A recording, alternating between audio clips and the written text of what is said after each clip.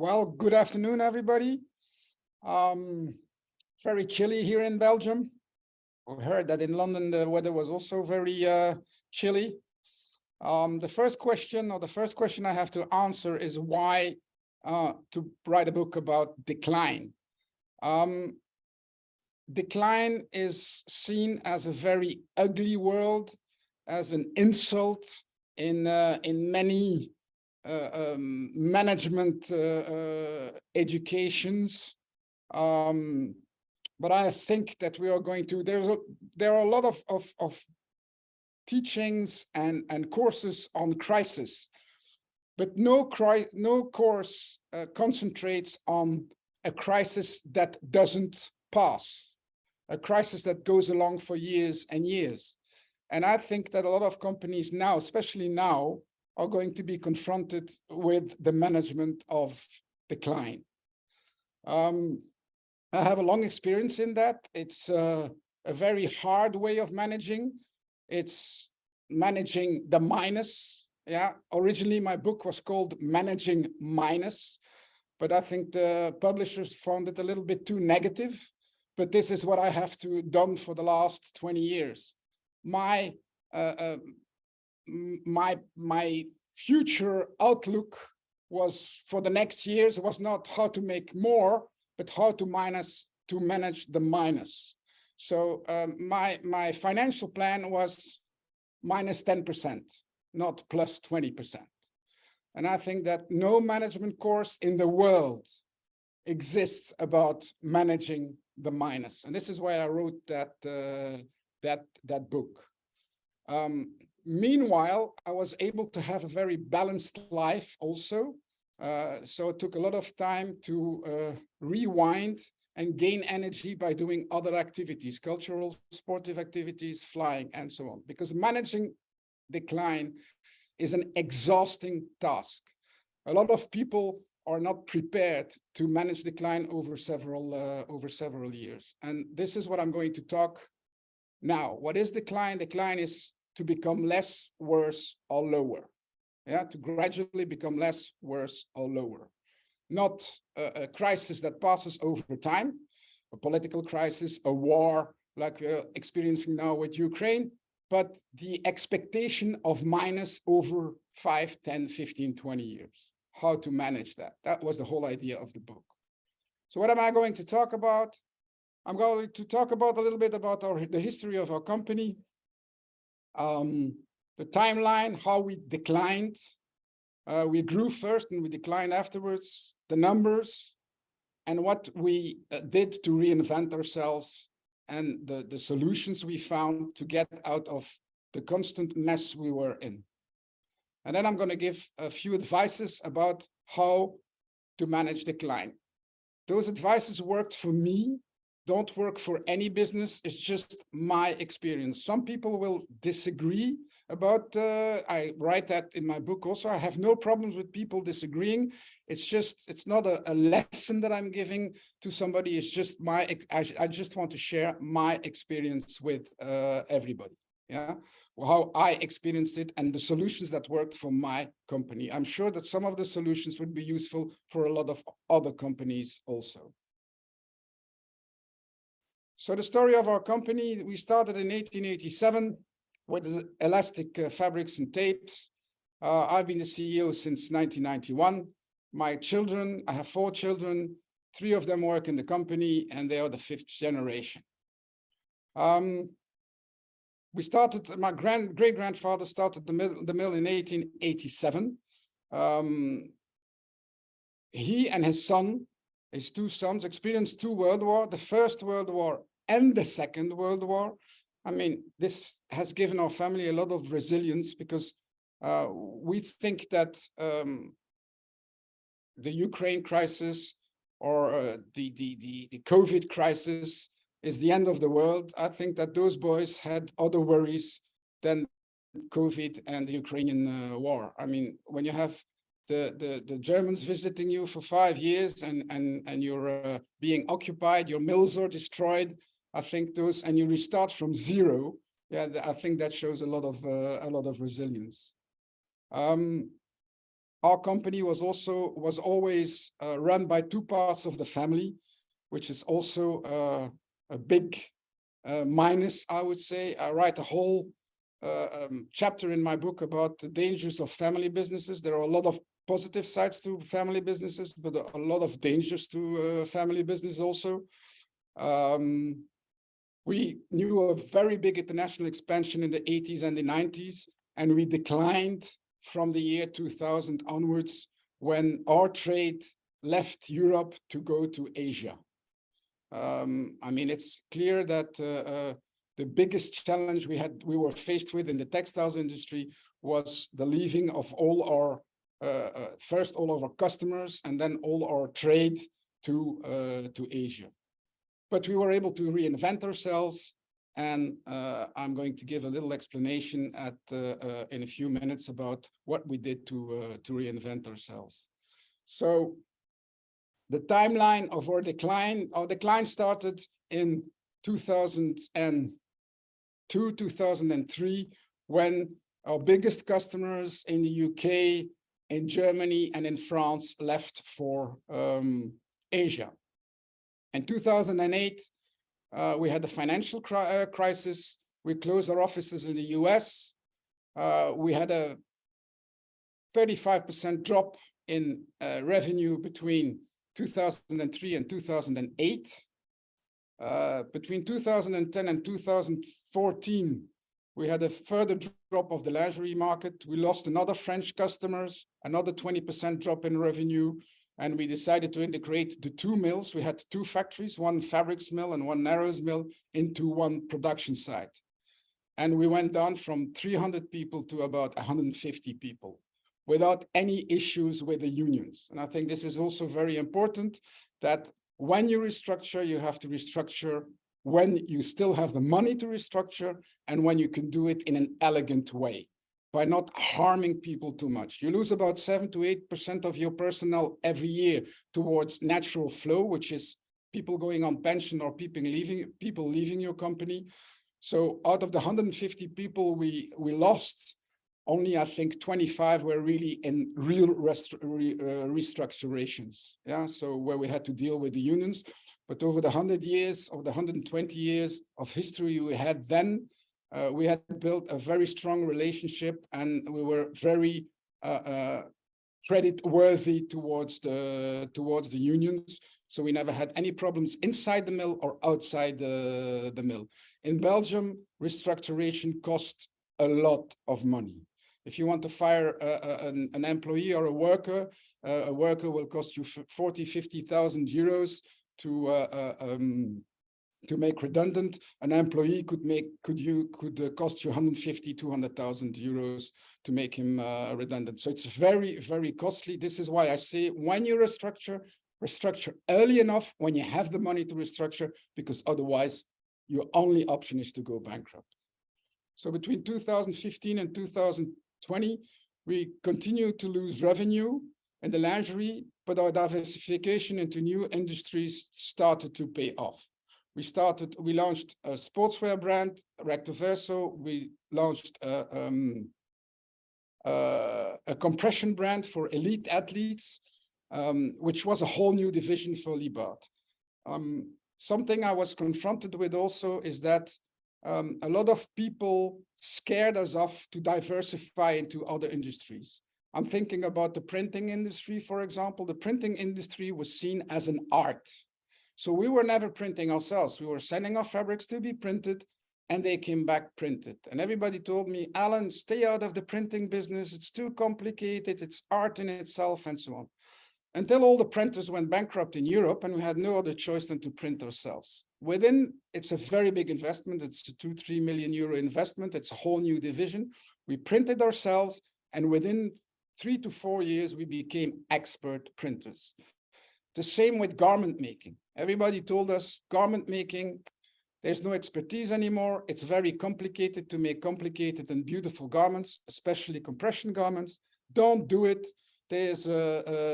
Don't start it. Well, we started it. We started our own brand. We were vertically organized, from the fabrics to the printing to the garment making, probably one of the only factories in Europe that are able to do their own garments. And within 3 years, we made garments that are really exceptional.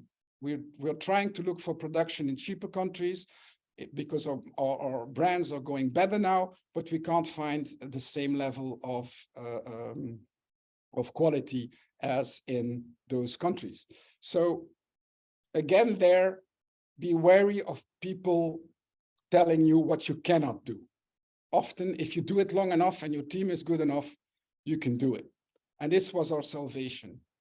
So COVID 2021 was only one crisis more for Liebhardt. So it was not something new, yeah. And thanks to our diversification in the medical sector, in the technical sector, and our garment making, so 2 brands, we were able to increase our turnover again from 2015 onwards. To give you the numbers, yeah, those are the numbers for the 80s. So you can see we grew, but I wasn't in the company then. We grew, but we were not profitable. In the 90s, we grew and we were profitable. You see the cash flow went from 3.8 to 23%. The equity went up, the debt went down. And between 2000 and 2021, and this is the whole idea of the book, our turnover declined from 45 million to 16 million, 10, 15, 20% every year. Our cash flow grew from 23% to 25%. We kept on investing 8% of our turnover every year, which is exceptional for a textiles company. We have one of the most modern companies in the world. We invested over the last 2 years, COVID years, crisis years, 7 million euros. So our cash flow, this is why the reason why you need cash flow. Yeah, our cash flow allowed us to keep on investing and to keep on being ahead of our competition. Stock rotation 5, stocks is very important to control your stocks because a lot of hidden losses or a lot of losses are hidden in your stocks.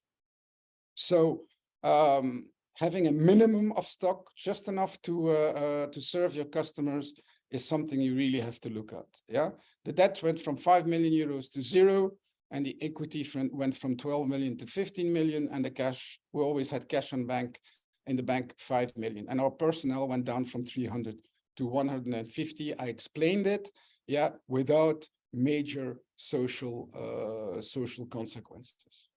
So those are the numbers. They are quite impressive. I think that a lot of people would have called it quits and stopped their company if the turnover was down from 45 to 60 million. But you see, it can be done. So what does the future look like? I will show you a little film about the developments we've done. This is our new compression brand we have developed.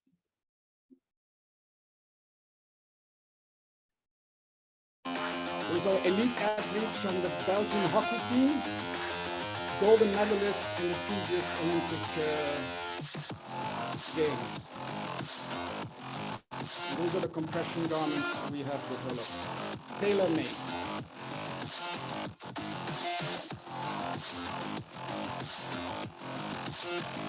With unique fabrics made in our company.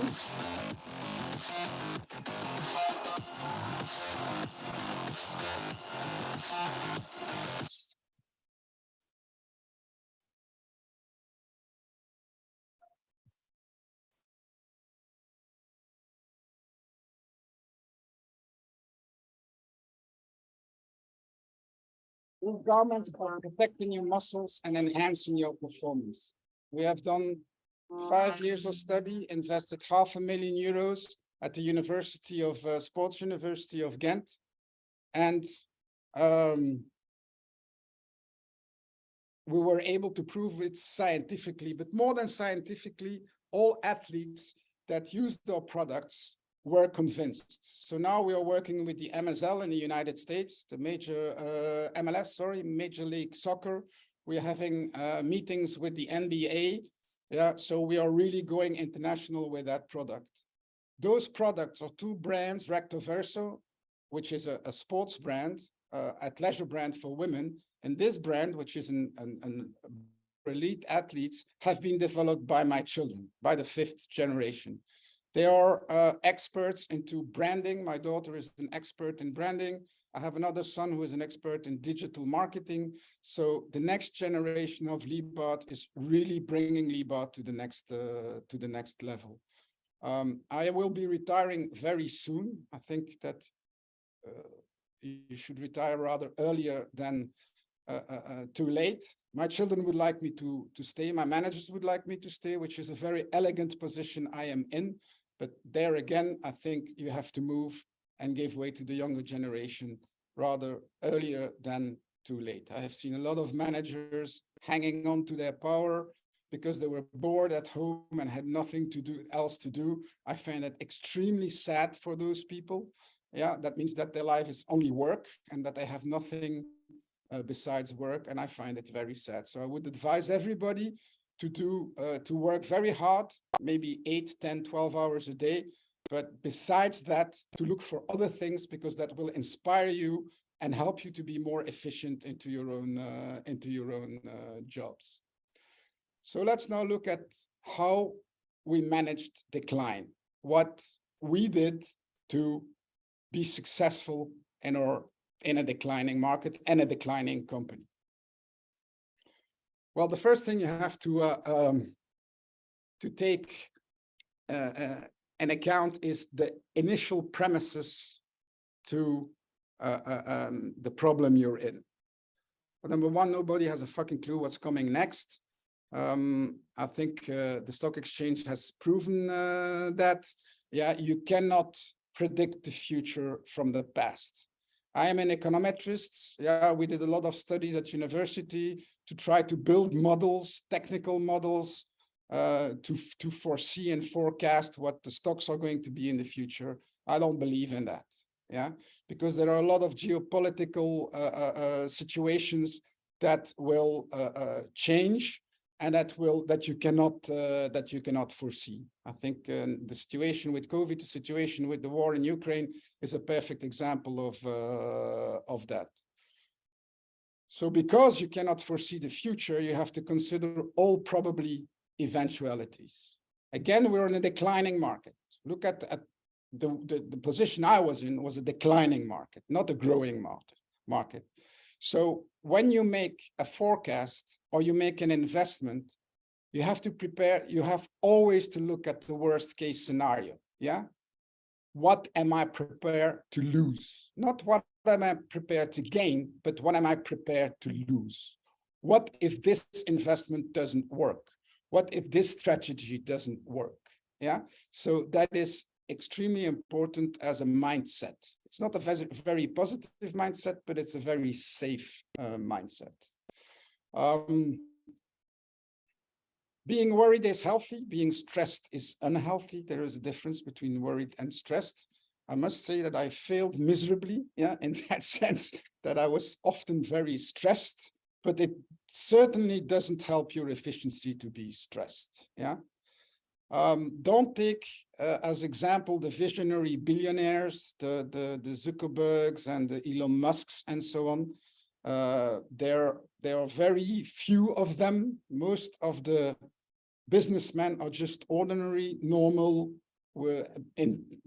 intelligent people. So don't look up to those people. Number one, sometimes they are not really beautiful as a person. And number two, yeah, they might be very lucky. Some of them have gone bankrupt 4 or 5 times already, so they were not successful at the start. So do your own thing and believe in yourself, and don't look too much to other people. Be entrepreneurial, know your product, and have the guts to take action. Yeah, sometimes it's better to take action than not take action at all, because you learn from your mistakes. Be intuitive, not impulsive. Whenever you take a decision, try to be able to revise it. Yeah, if you take an investment, you have to think, yeah, we'll do that. If it doesn't work, can I use that investment for something else? Yeah, or in the middle of it, can I cancel it? So always be very careful in decisions you do. Always look at the worst case scenario. But again, doing nothing is worse than making bad decisions. Then the questions you have to ask yourself before running a company in decline.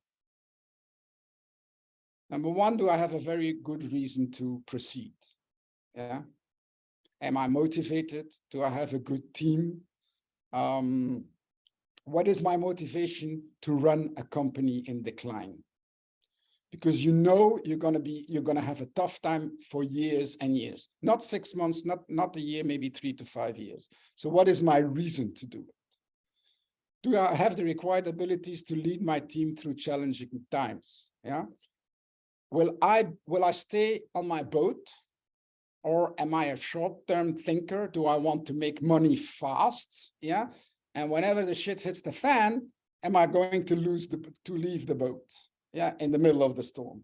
Yeah, that's your resilience. Yeah, am I somebody who's resilient? What is my motivation in life? If it's money, well, then you're not fit to run a company in decline. If it's only money, forget it. Do I have the resilience and patience to master decline? That's what I said. It's a never-ending game. It's not a game that you're going to win. You play it for the sake of playing it. And you don't know when you're going to win, because you're going to lose for years and then maybe win in the future. It's really a very difficult mind game. Do I have a capable, committed, faithful, and agile team that will follow me through hell? Very important. This is what you have built in the past, is the team that is going to back you up.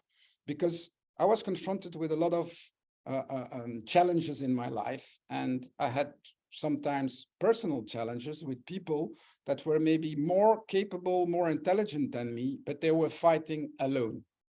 I was fighting with my whole family behind me, my whole team behind me.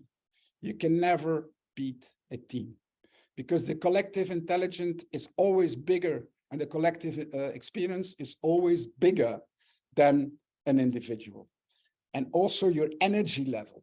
You fuel the whole participants in the team fuel themselves. So it's like one big funnel, whereby the guy fighting alone, he wears out. You wear him out. And that's how we have won a lot of battles against very fierceful competitors. Do I have enough cash to go through this period, or is my company highly indebted?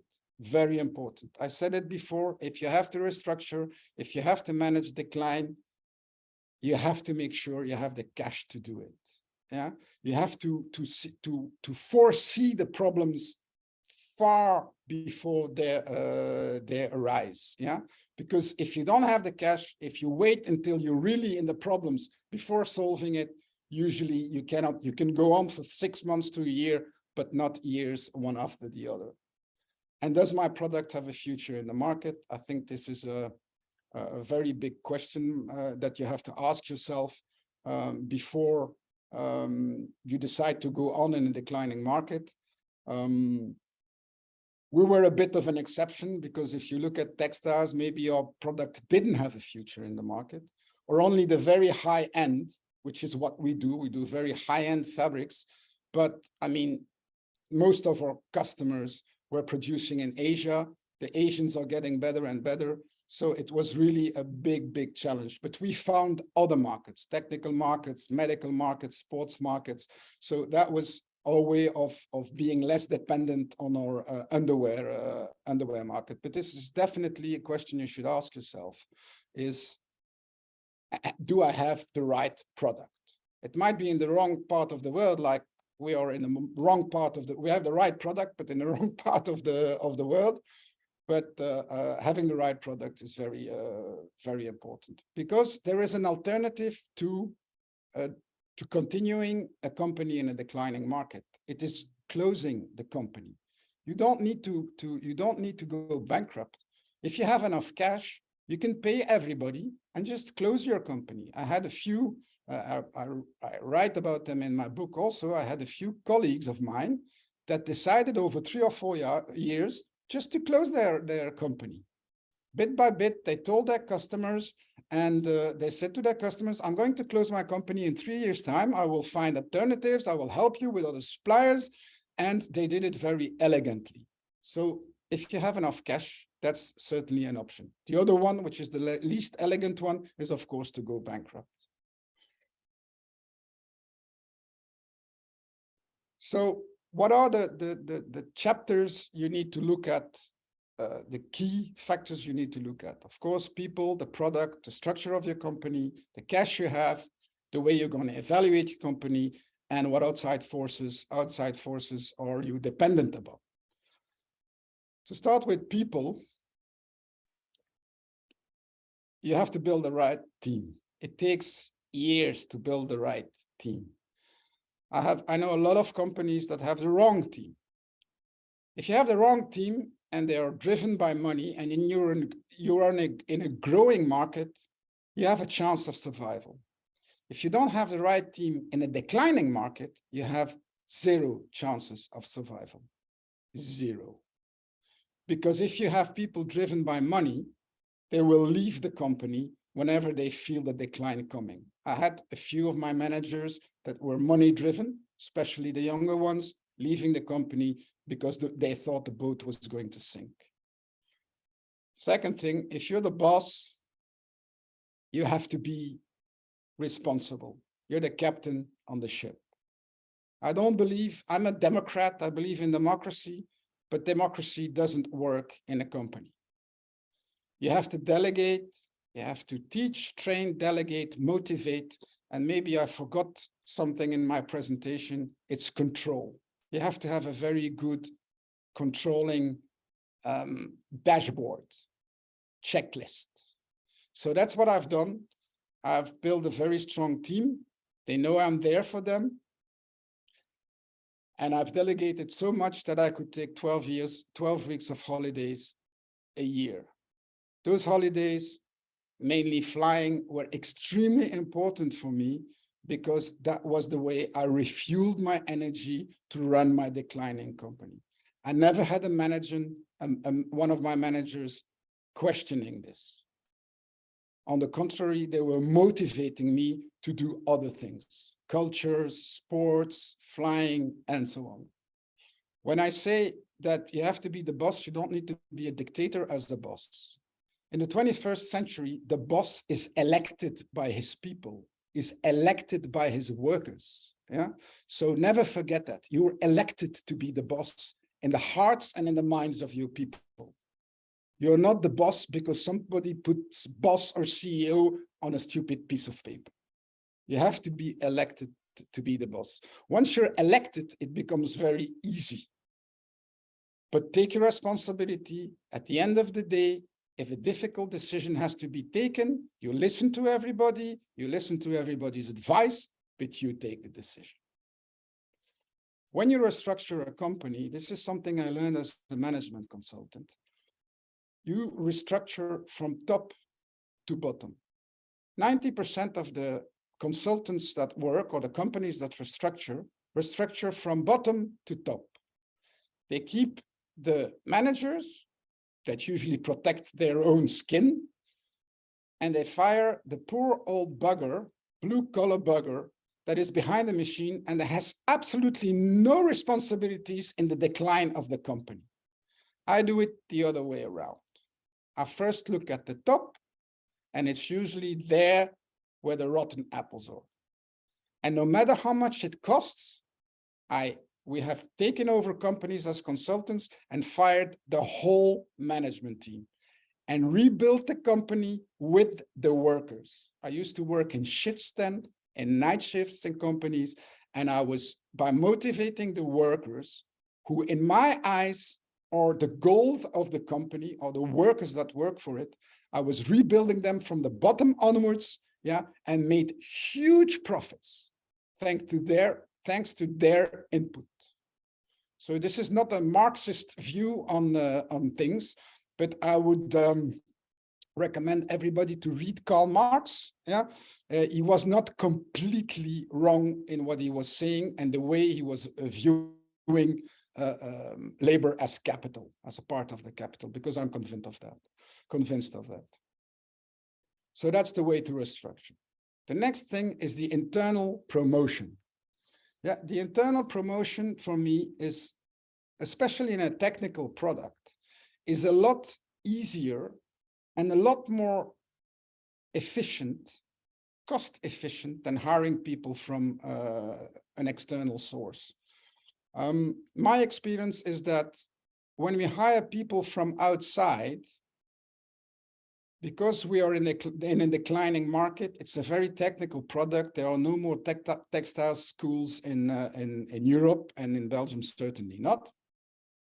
We have to train them, and only 1 out of 10 survives after 2 years. They leave because they're not motivated. We don't find them good enough anyway. 9 out of 10, this is statistics over 25 years. Huh? Between 8 and 9 out of 10 leave the company. When we do internal promotions with our own workers, 50% have a chance of success. 50%. That's 1 out of 2. And the one that fails stays in the company, okay, in a lower position or in his original position. The risk you have is that he might be a little bit frustrated, but that passes over time. But half of my managers and my employees were former workers, blue-collar workers. And I believe very, very strongly that it's a very efficient, you know them, you've been working with them, and I really believe in internal promotion. Women versus men. I was always a big fan of women in management, and I've surrounded myself with women in management, and they have less ego than men. They are more empathetic. They are more loyal than men. So in general, of course, you have to have there's negative sides to women as there are negative sides to men. You need to have a good blend of both of them, but I do like the input of women in management. So I try to have as much as I can. Diversity, I believe strongly in diversification of the labor force. One of the reasons is that we don't find anybody in Belgium that wants to work in textiles anymore, but also because of cultural, religious and other things. It's for me, it's an enormous plus to have a very diverse team. We have Iraqis, we have a lot of Turkish people working with us, we have Afghans, we have people from Albania working for us. And I must say, I find that I travel all over the world and I see nice people everywhere. I am colorblind, I am religious blind, I am gender blind. So I really believe that diversity is a strong point in a company. The people managing egos, okay, managing egos, that's probably, ego is a very man thing, and the higher in your organizations, the more egos develop. So I think as the boss, it's one of your biggest tasks and most tiring tasks is to manage the egos of your managers. And if you feel that egos are becoming too big or too important, then you have to cut the ego. Yeah, because you cannot afford in a declining company to have egos managing a company. You just don't have time for that. Yeah, you end up in kindergarten discussions, and I mean, for me, egos is an absolute no-go. Customers and suppliers, I think you have to care about your suppliers and your customers as much as you can, especially your suppliers. We have seen now with the crisis that suppliers become more and more important.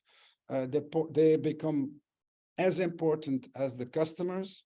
So don't mistreat your suppliers. Don't treat them like slaves, because they are the ones that might save your life in difficult circumstances. Especially now in COVID times, there was a lack of supply, and through our reputation, we were able to continue our operations, to continue our production, and to deliver our customers. So it's really our suppliers that saved the day, not our customers, but our suppliers.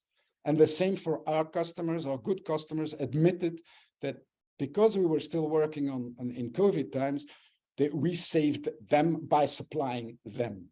So respect your suppliers. Consultant and lawyers.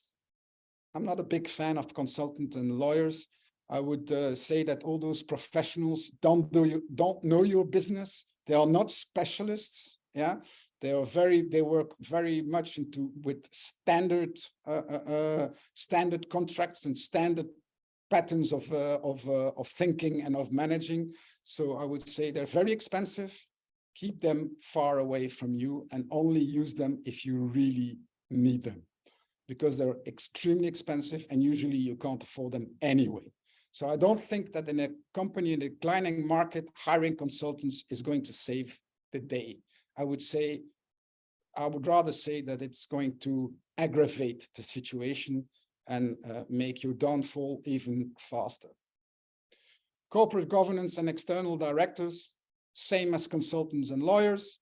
Yeah, in a declining market in a company, I don't think that having 25 managing circles and boards and governance boards is going to save the day. I mean, external directors are very good in companies that have a huge growth, and they can bring some inputs.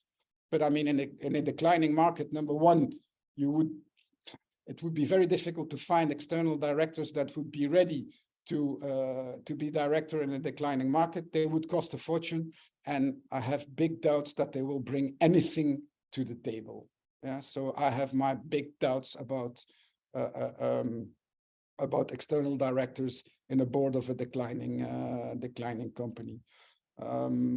Keep your organization as clean and mean as possible, and don't have too many generals and not enough Indians. Yeah, that would be my my advice. So that's my advice about people.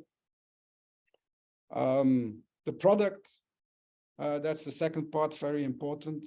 Know all the process in your production. That's a big mistake of many CEOs, many managers. They come from the outside and they don't know how their production works, how their cost price works.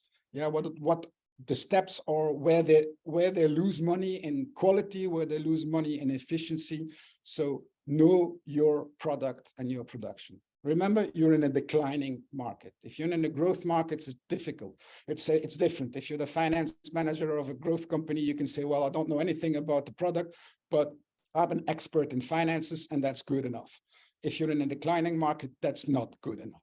Yeah, you need to know where you're losing money, where you're gaining money, what your margins are, what your most profitable customers are, what your most profitable products are. You have to know your cost structure. Yeah.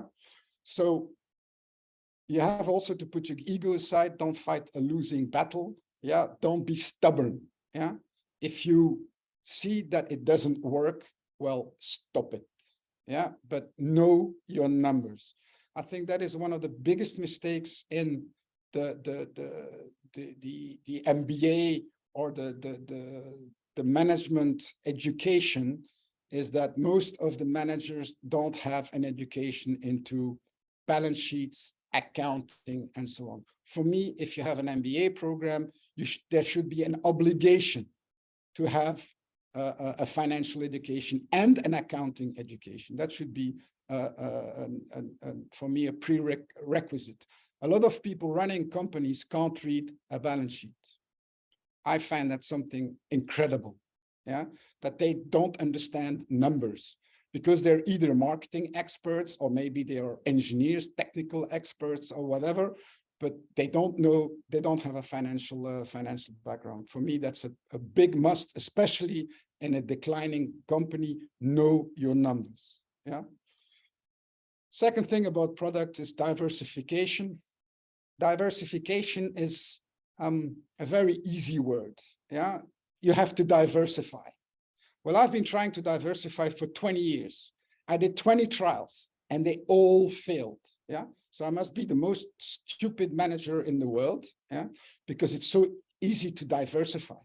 Well, it's not so easy to diversify it because number one, you have a machine and a product, you have machines and a production, yeah, that can make those products, maybe a little bit different products, but you cannot make pharmacy out of a textiles company. You can close your textiles company and start a pharmacy business. That's possible, but you cannot do pills with textiles machines. So if you want to stick to textiles, which we wanted to do, or with textile machine, the machinery we had to stay into a certain production, a way of producing.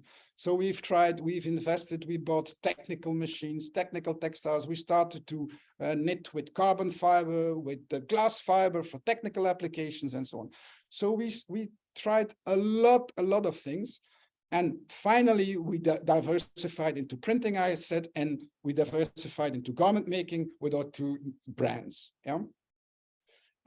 But it took 20 years before we really found the diversification. So it's easier said than done, diversification. Yeah. So you have to think long before, you have to think a long time before you find a solution. It's trial and error, unless you're a genius. Okay, but let's say that's 0.001% of the people. Yeah, so you're going to be the 99.999. You're going to have a lot of trial and error. Marketing, that's another thing. Marketing is a necessary thing, especially if you have business-to-business product. I don't think it's, especially in a declining market, I don't think it's going to save the day. If you have a finished product, a brand like the brands we have, then of course marketing is an important factor. But it's very costly. Also, digital marketing is very costly. Yeah, and you don't have a direct impact of it. So be very careful about marketing, about spending huge marketing budgets, because it's a little bit like going into the casino. Yeah.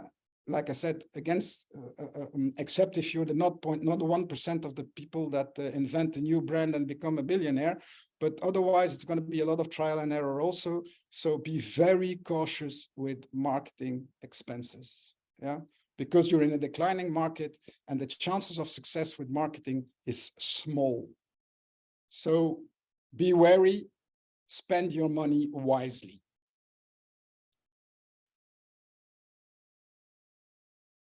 The second thing that is of importance is the structure you have built into your company.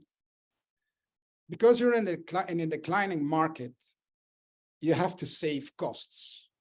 You have to save costs as much as you can. Usually your biggest cost is your people, your personnel, especially in the Western world. And the way we've organized it, we have organized a horizontal flexibility and a vertical flexibility. What does that mean? That means that every worker in our factory is capable of doing 2 or 3 different works. This goes totally against the union mentality, especially in Belgium. We're a very socialistic, unionized country, yeah, whereby everybody is supposed to do only one work. We have trained our personnel because they're very good personnel in doing 2 or 3 jobs. That means that they can go from one department to another department. We don't need to hire new people. Whenever there's more work into one department, we send them to the other department. And number one, it motivates them because they know more. They know more than one job, which makes their life more interesting. Number 2, they are more busy because if they're on short term, they make less money. They stay home and they make less money. So their days passes by more rapidly than if they were at home. Some of the people prefer to be at home, but I'm from the standpoint that a good worker likes to work, prefers not to stay at home. So horizontal flexibility is a very good way of diminishing your costs, yeah, your labor costs. Vertical flexibility is another thing. My previous boss always told me that if in any company the boss was able to do all the works of his workers and his subordinates, he would have the most efficient company in the world. And he is right. Yeah. Because by doing the works of your subordinates, number one, you gain respect because you do their work. Number two, you become less dependent on them. And number three, you learn a lot of things and a lot of respect for the people that work for you. And you will see a lot of things that are completely wrong and that you didn't know. So this is what my management team learned over the years, because we were sometimes very short on personnel, especially during COVID. They learned to do all the works of their subordinates. That is, a manager driving the clerk, a manager doing secretary work, a manager invoicing, a manager. So everybody is able to do all the works. That gives you a very efficient and cost-efficient company. So remember horizontal flexibility and vertical flexibility. The other way, the vertical flexibility, the other way around would be very interesting. That would be to give the workers the responsibility of the boss, for example.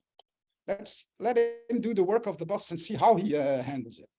Fortunately, they are smart enough that nobody wants to do the job of the work, especially in a declining of the boss, especially in a declining company. But they would learn also, maybe have more respect for the boss, see that it's not about making money and becoming very rich, but that the boss has a lot of responsibility. I must say that from my point of view, I have a lot of respect from my workers, a lot of respect, and none of them would want my job. I don't complain about my job, but none of them would want my job. Another point about structure is integration versus subcontracting. What do? Do you do everything yourself in your company, or do you subcontract certain things? There again, it's also about ego. If somebody else is doing something better than you, just give it away. Give it to a competitor. Let him do it. Yeah. Of course, integration, especially in a declining company, makes you more unique. That's what we have done in our company.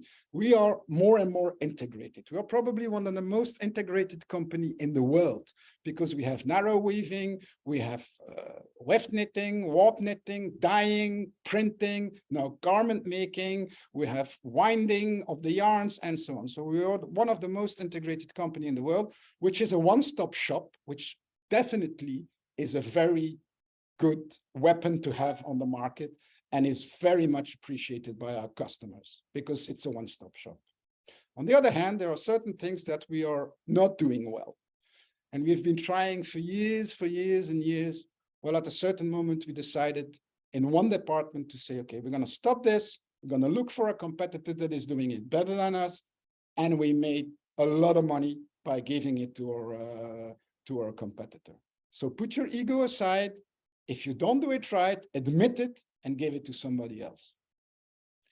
Then the next thing is restructuring, do's and don'ts. I think I already explained what you should do in restructuring. You have to start when you're rich or when you have cash, let's say that way. So long in advance. It's a process that you have to, when you restructure, you have to restructure at least start to think about it and make a plan a year in advance, minimum 6 months. Be transparent about it. Talk to your people, explain it to them. If you treat them like assholes, they will act like assholes. So be transparent with them. Be transparent with the unions. You gain respect. Of course, there are certain things you cannot say from a legal point of view. Don't say them then. But on the other hand, be transparent. Be transparent with your customers. Tell them you're going to be restructuring.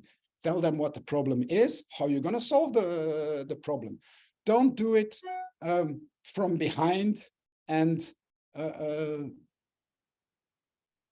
creating the impression that you're doing something wrong by restructuring. I think that is a mistake that a lot of people do.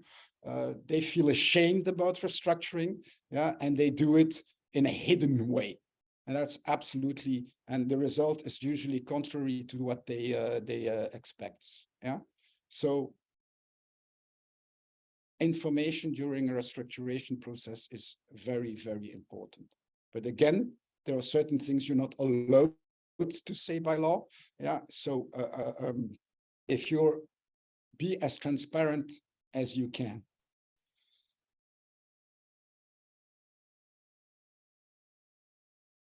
The next thing in a declining company is the cash, the money.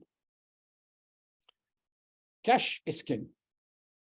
If you have a lot of debts, and I think the most beautiful example we have now, up to a year ago, having debt didn't cost anything. So in fact, money was free. A lot of people took huge risks, but now the interests are at 3 to 4, coming to 5% next year. Yeah. And if you have a changing interest rate on your debt, a lot of people will have next year a lot of bad, very bad surprises. And that comes then on top of the energy crisis. So I would, you see what I'm noting, banks offer you an umbrella only when it's not raining. This is a quote from my grandfather, who was the Minister of Finance of Belgium for 4 years. He was in politics. He was the president of the Liberal Party. And he always told us, banks offer you an umbrella only when it's not raining. Meaning the banks will give you money as long as you're rich. But if you're poor, they will take the umbrella away. And this is what is going to happen with a lot of companies now that the interest rates are increasing. They won't be able to pay the interest anymore. So be very wary of taking a lot of bank debts. Investments, there again, in a declining company, again, I'm talking about the declining company. Don't forget it. I know for a lot of you, it will be difficult because you're so geared towards thinking about growth and growth and growth. In a declining company, when you invest, you always have to think, number one, will it bring money immediately or in the short term? Because you need money in the short term. Can I revise my investment? And can I use it for something else if it doesn't work? So of course you have to invest to stay ahead of the game. I didn't say you shouldn't invest, but you have to be extremely careful about your investments. And remember, don't take too much bank loans when you invest, because it might be a good idea, but if you pay back, I would say that the payback should be between 3 and 5 years in a declining company. Yeah, that should be your payback, between 3 and 5 years. Anything more than that is too much of a risk in a declining company. Alan, before Yes. you continue on to this slide, we have a quick question about employees and subordinates. The question is, how do you handle a subordinate that is intentionally disrespectful and insubordinate to you?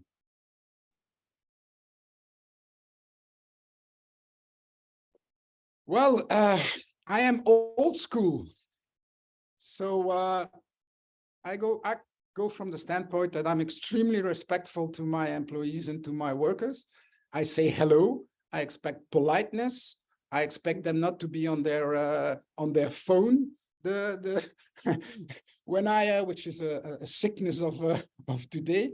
So if they are openly disrespectful to a manager, or for me, it's a case of being fired. Of course, I would ask the circumstances. Maybe he got divorced. Maybe his wife is sick. Maybe he lost a child a month ago. I mean, of course, I want to know the background, but I know the background of most of my people. So I would inquire first, is there something exceptional in his life? Is it the first time he's been like that? What happened? But I mean, if it's something that comes out of the blue, I'm sorry, you have to respect the chain of command. You have to respect because if in a company you admit it becomes very fast in a company of a habit. Yeah. Oh, we can say whatever we want. It's like a teacher at school. I mean, a teacher at school needs to have authority. Otherwise, it's just can't control his classroom. So I would say that, yeah, respect for your, but it goes both ways, by the way. I think a boss should be fired, or a manager should be fired that is not respectful to his subordinates also. It goes both ways, and I have done so. People, managers that are not respectful or that abuse their position, yeah, should be fired also. It goes both ways. Excellent. Thank you very much. So evaluation. I think that is key in a declining company. And that is probably the biggest advice, besides the fact that you should have a balanced life. Yeah. The biggest advice of this session is, please know your numbers. Yeah. Know all the numbers in your balance sheets, all the numbers of your company, not only your balance sheets, but the other numbers also. Yeah. Know what your company is worth. You have to, for me, there are two basic principles: the net present value, which is the value of your assets re-evaluated, and also parts of your assets should be devalued, like your stocks, for example, open customers, and so on. Each post of your assets should be looked at for their real value. On the other side, your liabilities, the same. Yeah, each post of your liabilities should be seen.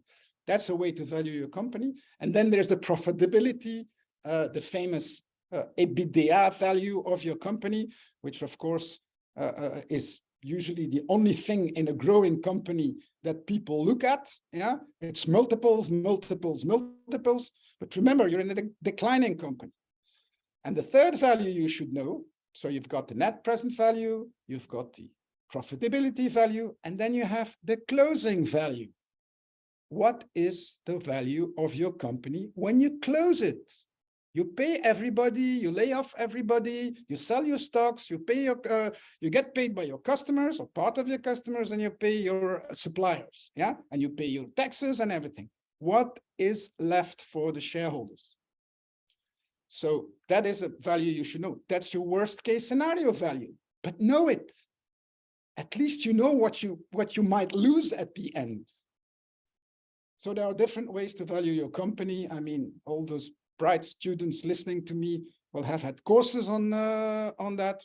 I make it very simple. Like I say, net present value, EBITDA value, closing value. And the real value of your company is somewhere in between, depending if you have more a production company, a more sales company, a more branded company selling finished products and brands. I mean, be very critical when evaluating customers, stocks, participation, inventories, and so on. Yeah. Are your customers going to pay you? How much of them are going, how many of them are going to pay you? Because you have a number on your balance sheet, but is that number realistic? Your stocks, for example, you have a lot of old stocks. Did you devalue your stocks? Are your stocks valued at the right price? Do you have hidden losses in your stock? Yeah, that's a very important part of your balance sheet, is your stocks. Participations, the same. You have participations in the companies, and they're in your financial assets, but maybe they are worth nothing anymore. Yeah, know it. So know your numbers. Taking on debt, I think I had a long talk about taking on debt. You should be very careful on that. And honor your debt with your suppliers. You don't screw people. So don't go whining to your suppliers, oh, I can't pay you anymore, please give me a 50% discount. If you have to do that, you're bankrupt already. If you can't honor your debts to your suppliers, you're bankrupt, but you don't know it yet.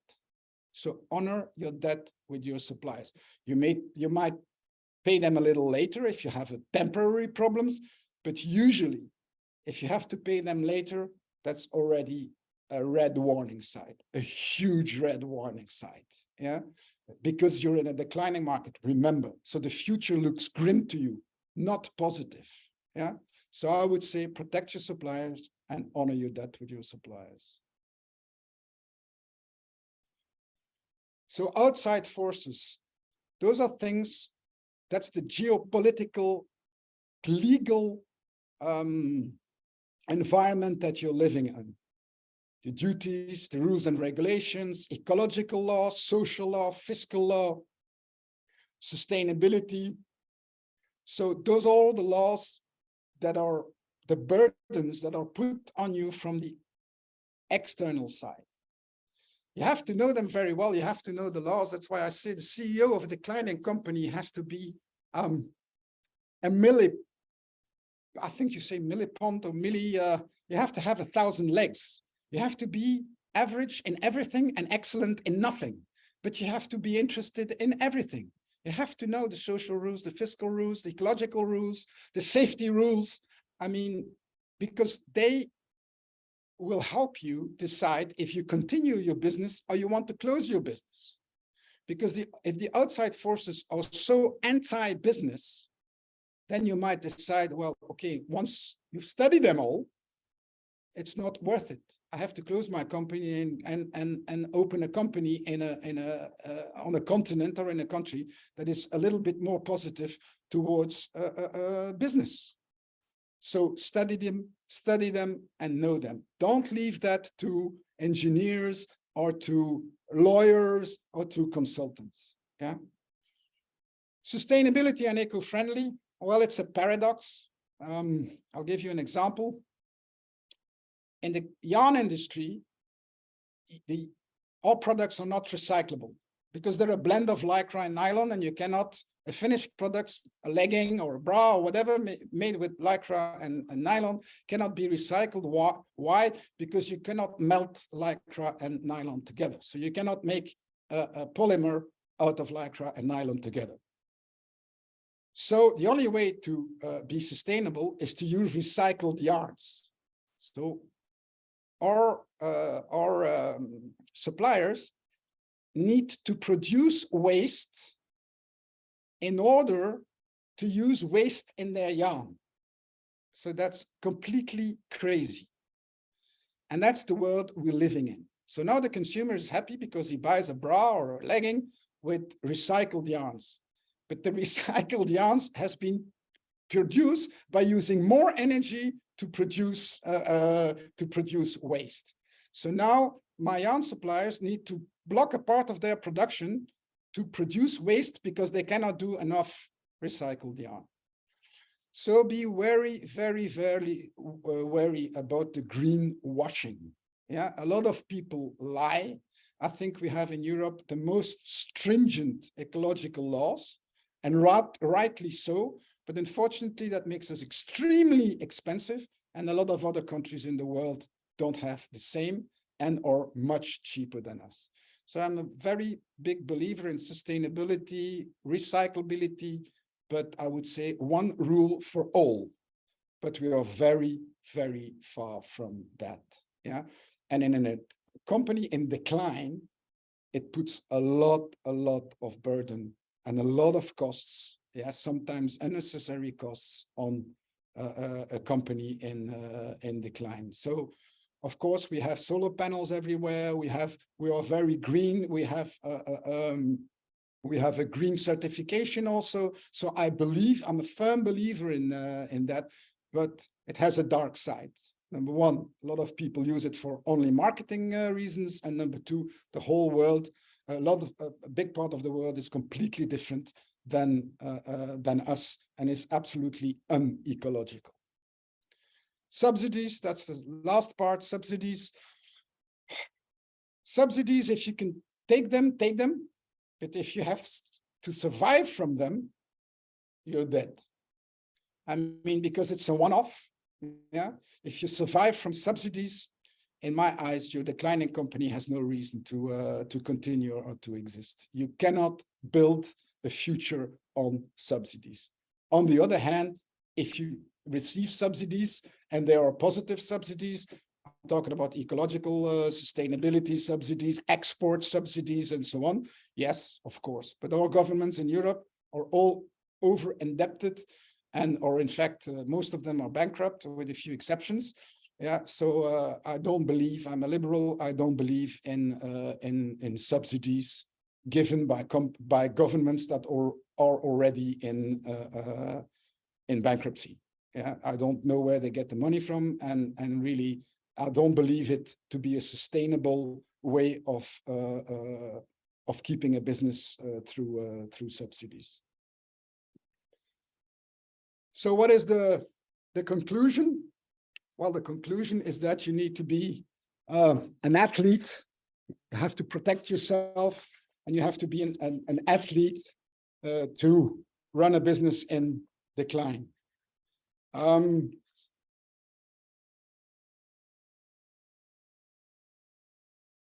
There's no single solution. There's a lot of solutions. So it's not something that you get out of your magician's head and find a solution. It's a very long and painful way. It's a lot of trial and error. You have to be prepared from a physical, a mental standpoint. You have to be prepared. You have to take the decisions, not the right decisions. You have to take decisions, and you have to move forward even if you've taken the wrong decisions. Adopt the lifestyle of an athlete. Always take the worst case scenario into account. Surround yourself with the right people. Know your product, your processes. Control your costs. Know your finances. Know your numbers. But there is light at the end of the tunnel, because I want to end on a positive note. Decline leads to new business models, new opportunities. You have a more resilient team. You're battle hardened.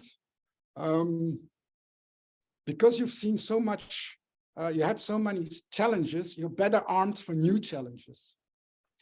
I think businessmen and CEOs that only have known growth are absolutely not ready and not armed to face, their ego is not armed, their knowledge is not armed to face decline.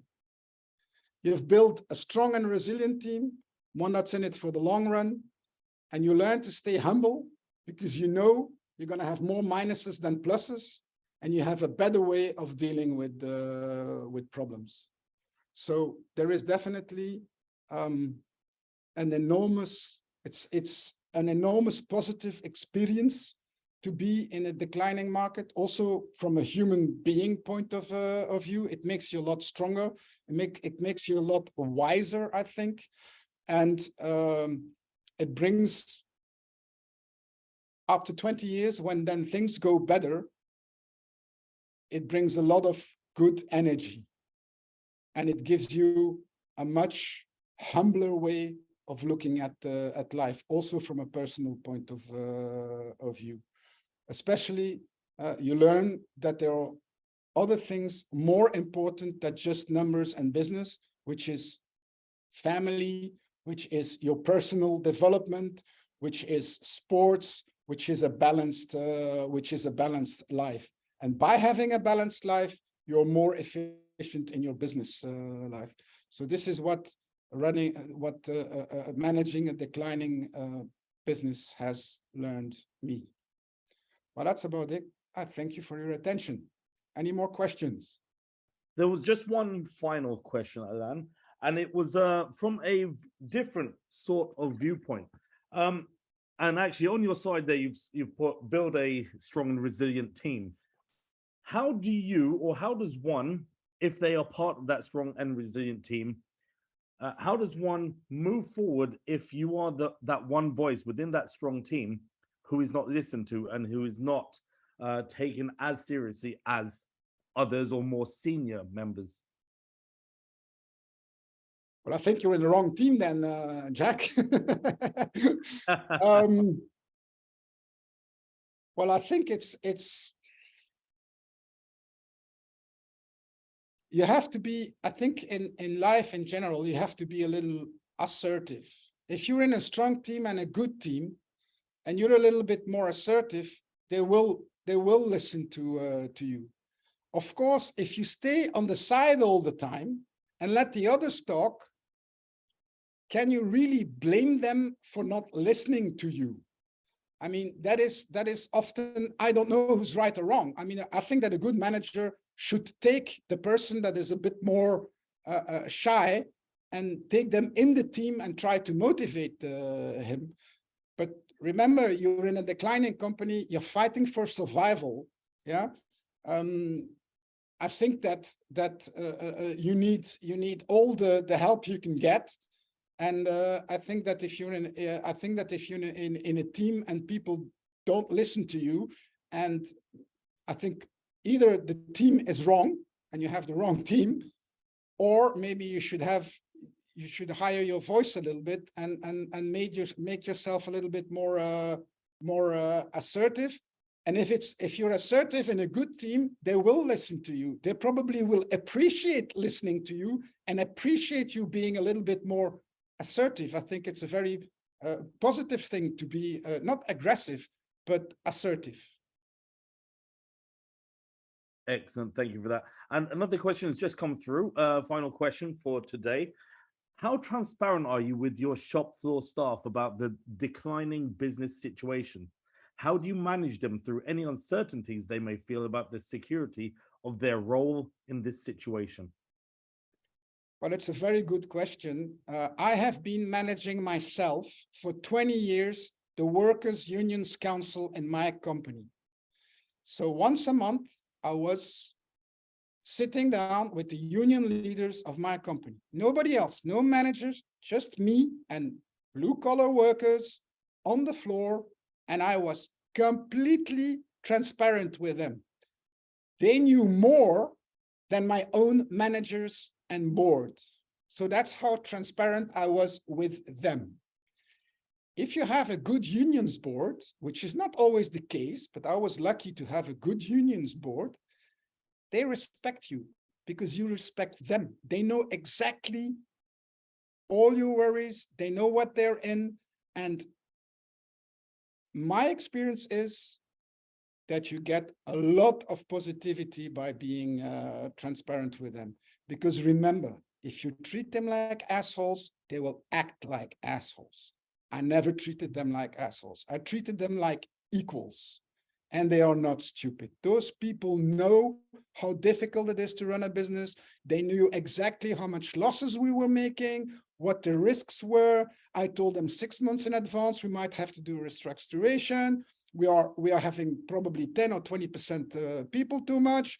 I had to stay very vague in certain points because legally you cannot decide for a restructuration without talking to the bosses of the unions. I'm talking the unions bosses, not the unions in the company, but the unions bosses outside of the company.